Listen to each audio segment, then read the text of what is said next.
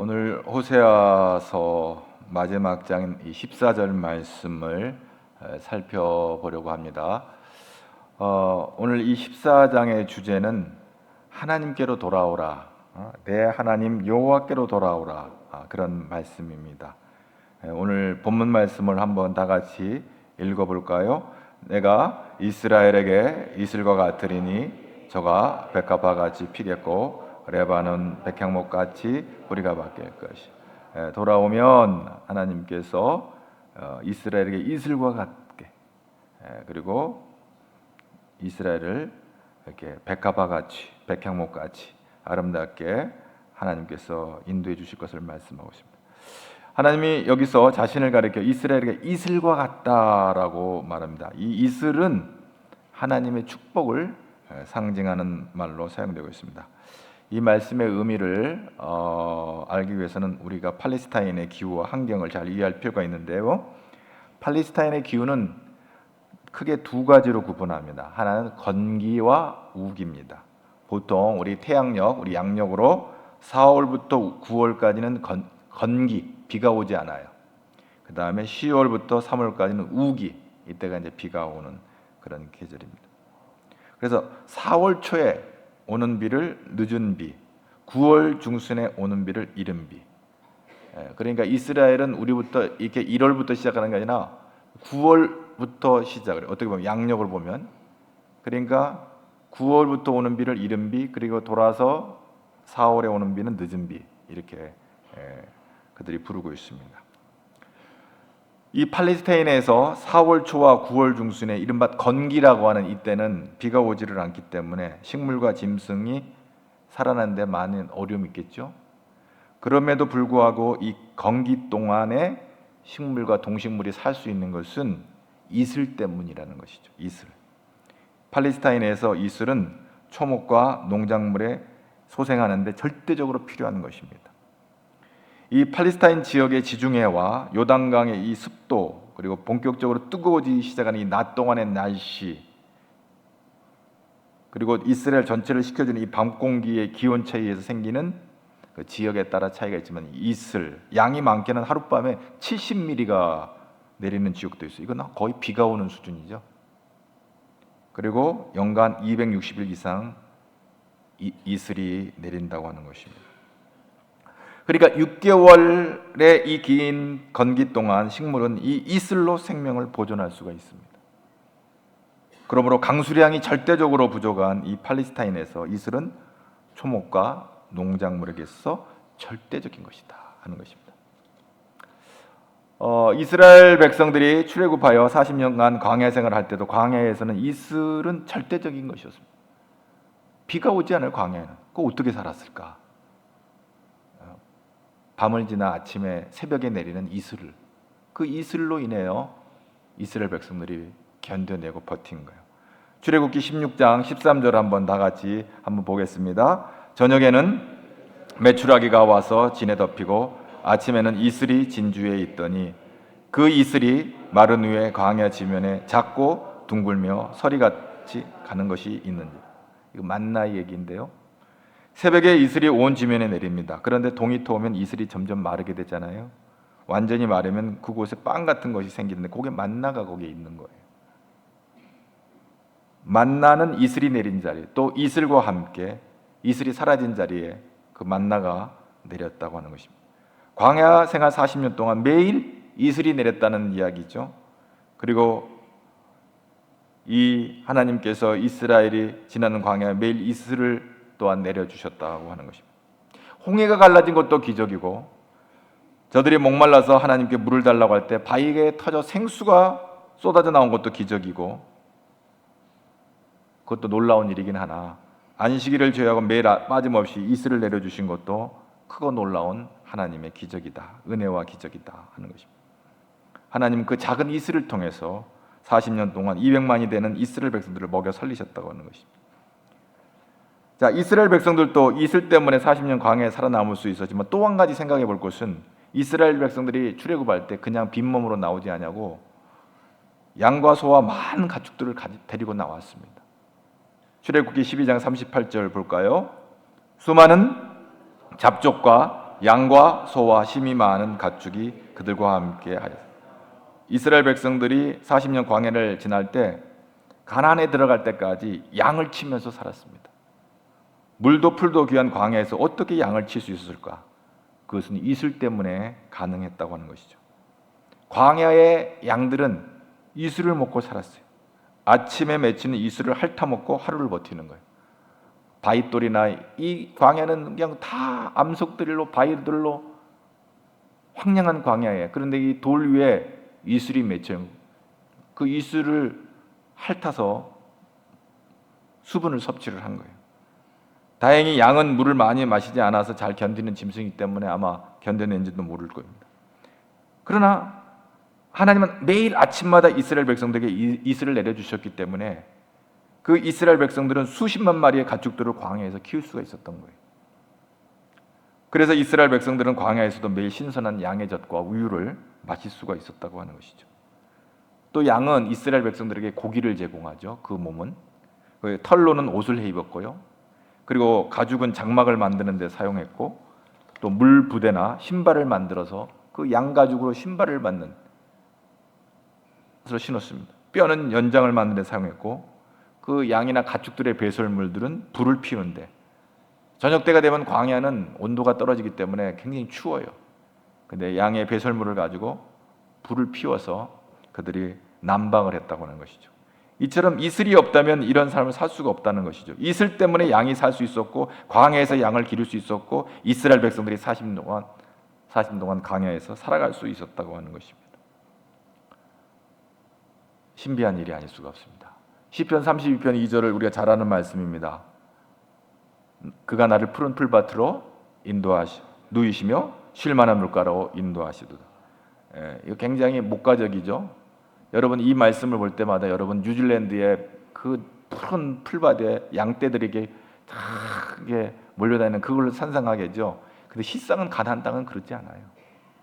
광야는 그렇지 않아요. 그런 푸른 풀밭이 광활하게 쫙 펼쳐지는 뉴질랜드나 오스트리아, 호주의 그런 어떤 풀밭 같은 그런 상황이 아니에요. 여기 푸른 풀밭이라고 번역되어 있는 이 태세는 다른 우리 성경 다른 부분들의 구약의 다른 부분들의 이 태세는 어떨 때 쓰냐면 연한 풀, 새로 돋아난 풀, 그걸 태세라고 불렀어요. 그러니까 푸른이라는 뜻이 들어있지를 않아요. 그냥 연한 풀. 그러니까 푸른 초원에서 마음껏 수북이 쌓인 풀을 배불리 먹은 게 아니에요. 물론 다윗은 이제 그렇게 감격스럽게 이제 고백을 하는 이 시를 올려드리지만 실상은 그렇지를 못한 거예요. 간밤에 내린 이슬을 먹고 자란 풀을 먹는 거예요. 그걸 뜯어 먹는 거예요. 이슬을 먹고 겨우 쏙 내민 새싹들을 양들이 뜯어 먹는 거예요. 그것도 행운이죠. 양들에게는. 또 돌에 맺힌 이슬 방울이 물이 젖은 그 돌에 바윗돌 위에 이슬이 마치 비가 오는 것처럼 이렇게 맺혀지는 거예요. 그 핥아 먹으면서 살아가는 것이죠. 이처럼 광야의 양들이 살아갈 수 있었던 이유는 매일매일 공급되어지는 이슬 때문이었다. 그리고 유목민들이 광야에서 양만 키우며 살아갈 수 있었는데 결국 그것도 이슬 때문에 살 수 있었다는 것입니다. 그렇기 때문에 비가 오지 않는 것 못지않게 큰 재앙은 이슬이 내리지 않는 거예요. 이슬이 내리지 않으면 양들은 다 죽기 때문에 그렇습니다. 광야에서는 비를 기대할 수가 없어요.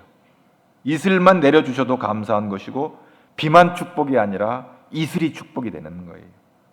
그래서 이삭이 야곱을 축복하는 기도를 한번 다 같이 보겠습니다. 창세기 27장 28절 말씀입니다. 다 같이 봅니다. 하나님은 하늘의 이슬과 땅의 기름짐이며 풍성한 곡식과 포도주를 내게 주시기를 원하노라. 하늘의 이슬은 그렇게 축복이 되는 거예요. 여러분 이제 팔레스틴 가나안 땅에 혹시 성지순례를 가든지 이스라엘을 여행할 때 그 광야 그리고 그 낮에 어디 물이 있나? 그냥 공중에 그 간밤에 그 소위 일교차라 그러죠. 낮에는 아주 뜨거운 그 열기가 장렬하는 그 기운인데 밤이 되면 또 온도가 떨어진단 말이에요. 그러니까 그 공중에 있는 수분을 저장해 놓고 먹는 것처럼 마치 날마다 공급되어지는 그 이슬을 공급받아서 가축도 살고 사람도 산 거예요. 그래서 이삭이 야곱을 축복할 때 하늘의 이슬, 정말 하늘 창고에 물을 담아놓고 필요할 때마다 공급해 주시는 것 같은 거죠. 우리가 냉장고에 물 넣어놓고 빼서 먹듯이 그냥 이 대기 가운데 있는 물들이 아침마다 일교차에 의해서 공급되어지는 거예요. 기가 막힌 시스템이죠. 놀라운 거예요. 그 황량하고 뜨거운 광야에서 하나님께서 이 대기 가운데 담아둔, 숨겨뒀다가 안 보이니까 그 이슬을 통해서 그 이스라엘 백성들을 먹이신 거란 말이죠. 모세가 이스라엘 축복하는 기도를 한번 다 같이 볼까요? 신명기 33장 28절 이스라엘이 완전히 거하며 야곱의 샘은 곡식과 새 포도주 땅에 홀로 있나니 곧 그의 하늘이 이슬을 내. 하늘이 창고예요. 이슬을 물을 담고 있어요. 마치 생수 창고에서 생수를 꺼내 먹듯이 우리가 이스라엘 백성들이 물을 공급받았어요. 광야를 지나면서 푸른 풀밭과 쉴만한 물가를 기대하며 찾는 것은 그건 거의 불가능한 일이에요. 광야를 지날 때는 이슬같이 내려주시는 은혜에 감사하며 살아야 하는 것입니다. 날마다 내려주시는 이슬에 만족하며 살아야 했습니다. 이슬 같은 은혜와 축복만으로 광야에서 그들은 충분히 견뎌낸 거예요. 할렐루야. 여러분, 그 복음성가 가운데 내일 일은 난 몰라요 있잖아요. 여러분 아시죠? 내일 일은 난 몰라요.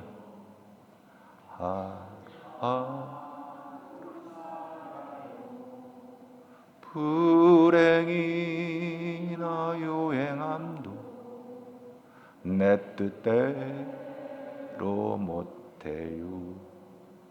험한 길 가고 가도 끝은 없고 곤해요. 주님 예수 발레미사 내 손잡아 주소서. 내일은 난 몰라요. 장래일 또 몰라요. 아버지여 날 붙드사 평탄한 길 주옵소서. 광야 40년 동안 이스라엘 백성들이 내일 일은 모르는 거야. 내일 하나님 주시는 만나, 내일 공급해 주시는 그 이슬을 먹고 살아갔던 거예요. 가나안 땅에 들어갈 때까지. 내일 일은 난 몰라요. 그 험한 길을 걸어가는 동안 날마다 공급해 주시는 하나님의 은혜로 말미암아 이슬 같은 은혜를 공급받음으로 그들은 그 광야를 이겨낸 거예요. 할렐루야. 여러분, 지금까지 지난 것 다 하나님의 은혜인 줄로 믿습니다. 이스라엘은 과일 농사도 유명합니다. 이스라엘, 팔레스타인에.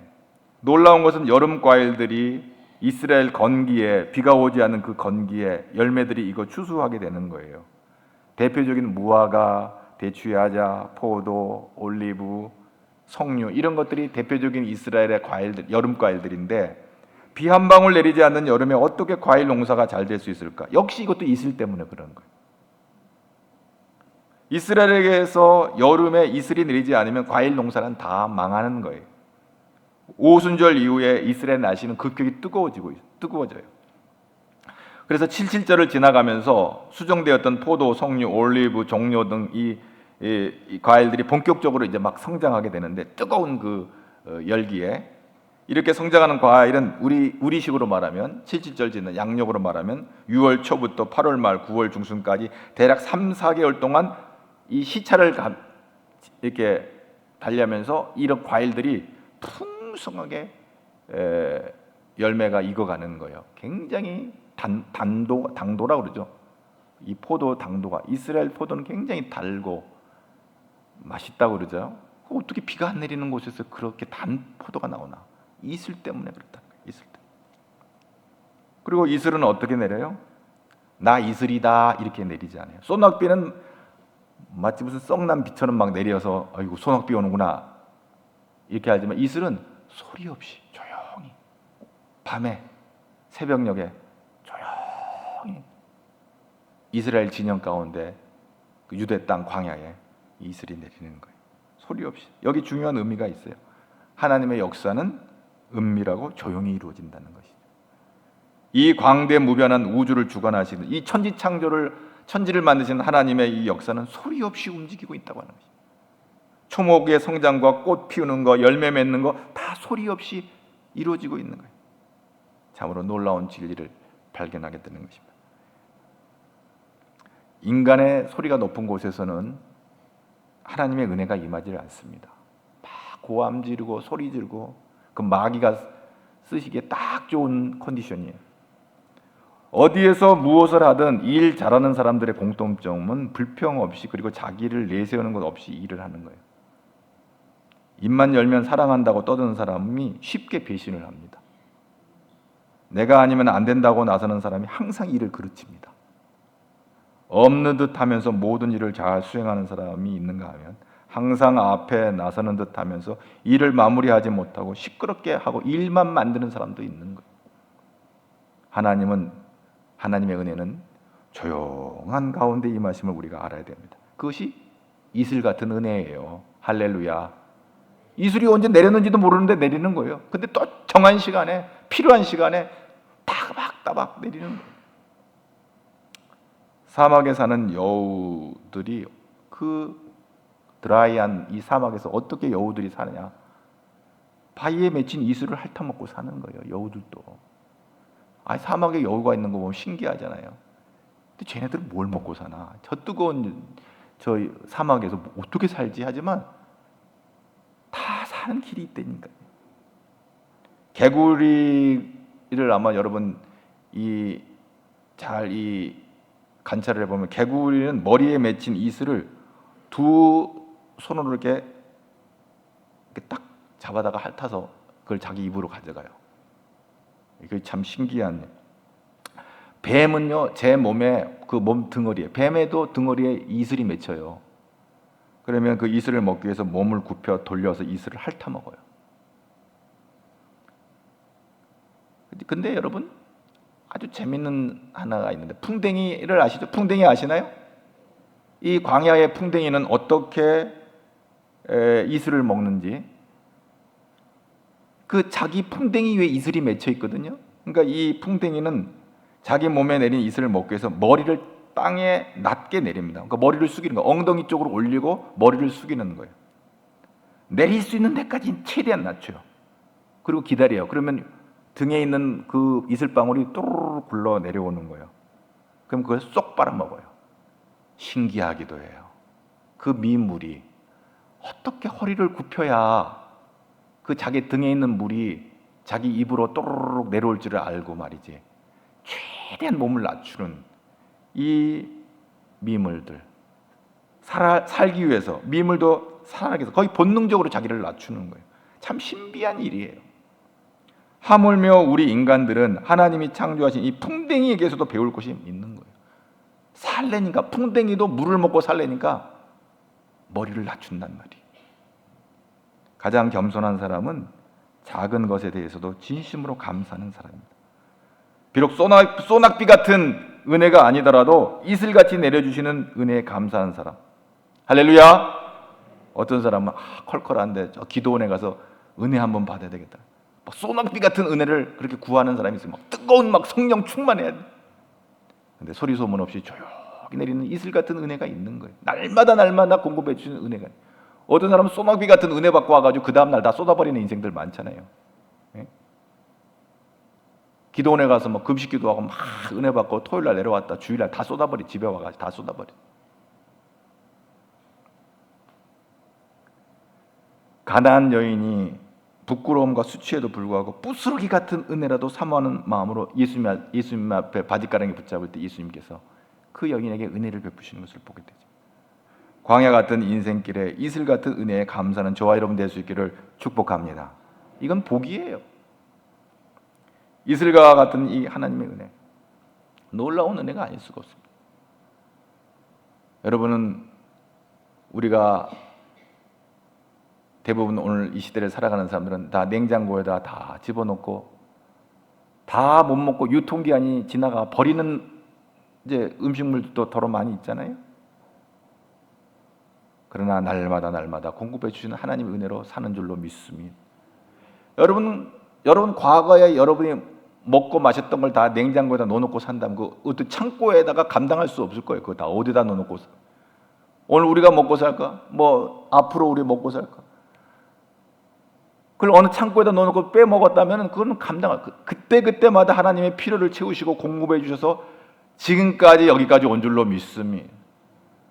여러분, 전 뭐 걱정 없어요. 냉장고에다 쟁여놓고 사니까 뭐 필요할 때마다 빼먹습니다.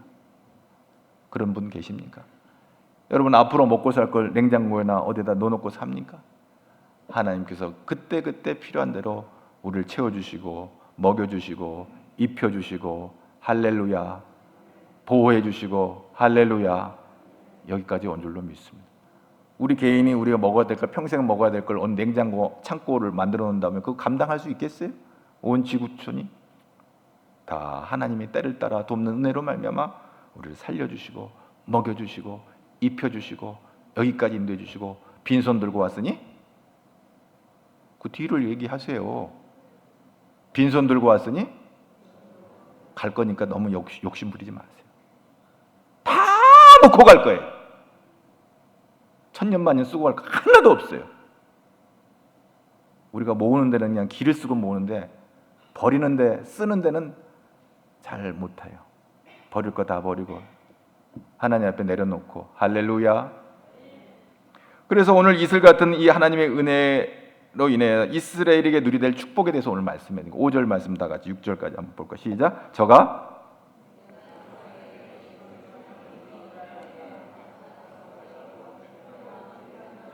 같이 뿌리가 바뀔 것이라. 그의 가지는, 그의 아름다움은, 그의 향기는, 아멘. 백합화는 신속하게 성장한다고 합니다. 백합화는 겨우내 땅 속에서 죽은 것 같이 보이지만 봄 이슬로 인해 다시 기운을 얻어서 아주 빠른 속도로 성장합니다. 여러분, 예수님께서 이 백합화를 비교해서 솔로몬의 영광보다도 이 백합꽃 한 송이의 이쁨, 아름다움, 영화로움보다도 못하다. 지금 인류상의 최고의 부귀영화를 누렸던 솔로몬의 그 영광이 이 백합꽃 한 송이보다도 못하다. 그렇게 이슬을 먹은 백합화가 꽃이 피듯이 우상을 섬기고 악을 행하던 자들이 이스라엘이 다시 돌아오면 내가 너희들 백합화같이 피게 할 것이다. 이렇게 약속을 해주시는 거예요. 이 백합화의 축복을 말씀해요. 그 다음에 뭐라고 그랬어요? 레바논 저가 백합화같이 피겠고 레바논 백향목같이 뿌리가 박힐 것이다. 레바논의 백향목은요, 레바논 산맥에서 자라는 거대한 침엽수입니다. 백향목은요, 악조건 쪽에서 잘 자라요. 백향목은 또 30m 이상 크고, 여러분 아파트 10층에서 15층 정도 높이에 크게 말이지. 그 둘레가 지름이 9m에서 12m. 그래서 수령들이 1000년, 2000년. 예수님 당시에 그때 있었던 레바논에 가서 백향목, 그 당시에 백향목을 발견할 수가 있는 거예요. 2000년 된, 막 1000년, 어마어마한.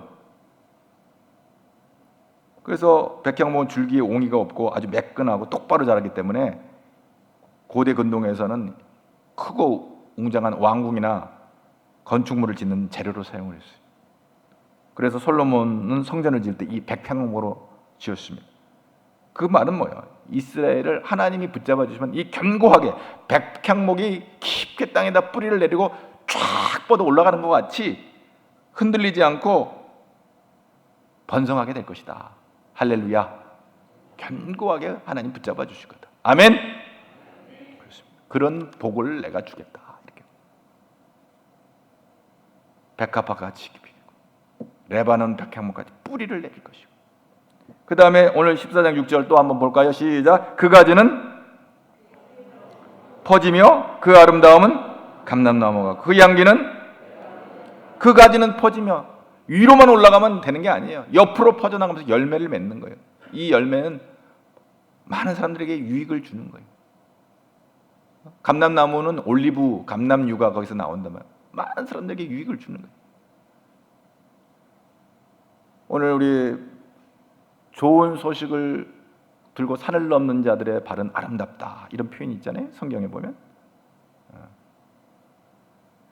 여러분, 우리가 놀라운 이 감람나무가 열매를 맺어 많은 사람들에게 유익을 주고 기쁨을 주는 것은 아름다운 일이에요. 할렐루야. 그리고 다음에 또 뭐라고 그랬어요? 그 아름다운 감람나무가 그 향기는 레바논의 백향목과, 이 백향목은요 사방의 향기를 발산하는 이 백향목의 향은 그래서 백향이에요. 백향. 그 향은 많은 사람들에게 아주 기분을 좋게 하고 상쾌하게 하는 거예요. 여러분, 우리가 신앙생활에도 주변 사람들에게 기분을 좋게 하는 사람이 있고 짜증나게 하는 사람이 있어요. 그러니까 기분을 좋게 하는 사람은 이 백향, 이 백향목 같은 인생들이 있는 거예요. 사람들을 기쁘게 하는 거예요. 여러분, 향 중에 백향 중에 천향 만향이 있어요. 뭔 줄 아세요? 그리스도의 향기인 줄로 믿습니다. 아멘. 그렇습니다. 예수의 향기를 전하는 거예요. 산을 넘고 물을 건너 주의 복음을 전한 자의 발은 아름답고 아름답다. 예수의 향을 뿜어내고 살아가는 인생보다 더 복된 아름다운 인생이 없는 거예요. 그건 천향이고 만향이 되는 거예요. 하나님께서 이스라엘에게 약속하신 이 축복이 얼마나 멋진 축복인지 말로 할 수 없어요. 백합화 같이 아름답게 할 것이고, 레바논 감람나무 같이 열매를 맺게 하실 것이고, 또 레바논의 백향목 같이 뿌리를 내리고 그 향이 온 천지 사방으로 흩어가듯이 너로 말미암아 복된 삶을 살도록 만들어 주시겠다고 약속하고 있는 것입니다. 할렐루야. 내가 이스라엘에게 이슬과 같으리니 저가 백합화 같이 피겠고 레바논 백향목 같이 뿌리가 내릴 것이라. 그 가지는 퍼지며 그 아름다움은 감람나무와 같고 그 향기는 레바논 백향목 같이 되리라. 할렐루야. 아멘이 이렇게 약한지 모르겠어요. 여러분, 하나님께서 우리를 아름답게 이렇게 멋지게 우리를 디스플레이를 해주시겠다는 거예요. 예수 만나면 할렐루야, 하나님께 돌아오면 할렐루야, 하나님이 공급해주신 이슬 같은 은혜를 공급받으면 할렐루야. 백향이 어디서 나오냐? 이슬에서 올라오는 거예요. 아름다운 백합화가 이슬에서 올라오는 거예요. 아름다운 감람류, 올리브 기름이 이슬에서 올라오는 거예요. 할렐루야. 이런 놀라운 은혜를 우리에게 주신 이 새벽 이슬 같은 은혜를 삼아. 뭐 그 별거 있어? 그 뭐 물 한 방울이 무슨 의미가 있어? 그러나 새벽 이슬 같은 은혜가 우리를 살리게 하신 줄로 믿습니다. 살았고 살고 있고 살게 될 줄로 믿습니다. 그 그늘 아래 거하는 자 돌아올지라. 저희는 곡식같이 소성할 것이며 포도나무같이 꽃이 필 것이며 그 향기는 레바논의 백향목같이 되리라. 7절 한번 나같이 읽어볼까요? 다 같이 시작. 그 그늘 아래 거주하는 자가 돌아올. 그들은 곡식까지 포도나무같이 그 향기는 포도주같이 되리라. 할렐루야. 이 놀라운 은혜가 저와 여러분에게 풍성하게 임하기를 축복합니다. 할렐루야. 그렇습니다. 그러면서 오늘 우리는 하나님께서 우리에게 은혜의 방편으로 말씀과 기도를 주셨어요. 신명기 32장 2절 말씀을 다 같이 볼까요? 내 교훈은 비처럼 내리고 내 말은 이슬처럼 맺히나니 연한 풀 위에 가는 비 같고 최수의. 내 말은, 하나님의 말씀은 이슬처럼 우리에게 임하는 것, 말씀의 은혜가. 그러므로 우리는 말씀을 통하여 하나님의 은혜를 받게 되는 거예요. 또한 기도를 통해서 하나님의 은혜를 받게 되는 거예요. 이사야 55장 6절 뭐라고 했어요? 너희는 이사야 55장 6절 이사야 55장 6절 여호와를 만날 만한 때였지. 그러면 어떻게 한다고? 시편 50편 15절에 시편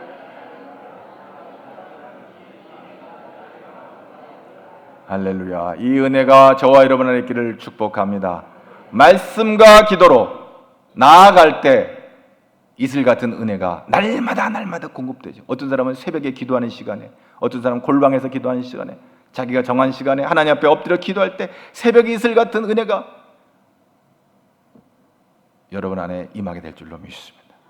우리는 그 은혜로 살게 될 줄로 믿습니다. 그래서 늘 사모하고 말씀과 기도로 주님 앞에 나아가기를 기뻐하고 사모할 때 무지불식간에, 우리가 알지 못하는 순간에 소리 소문 없이 놀라운 은혜가 우리에게 임함으로 살게 될 줄로 믿습니다. 하나님 감사합니다. 오늘 새벽 같은 이 이슬 같은 이 은혜가 40년 광야에 이스라엘 백성들을 살리신 것 같이, 가나안 땅에 이스라엘 백성들을 살리신 것 같이, 오늘 우리 가제를 중앙교회 모든 성도들 이슬 같은 은혜를 허락하사 날마다 베푸시고 공급하신 그 은혜로 살게 하여 주시옵소서. 주님 동행해 주시고 그 기쁨을 빼앗기지 않게 날마다 주의 손을 꽉 붙잡고 주님 주시는 은혜를 붙잡고 승리하는 믿음의 백성들 되도록 복 내려 주옵소서. 예수님 이름으로 기도하옵나이다.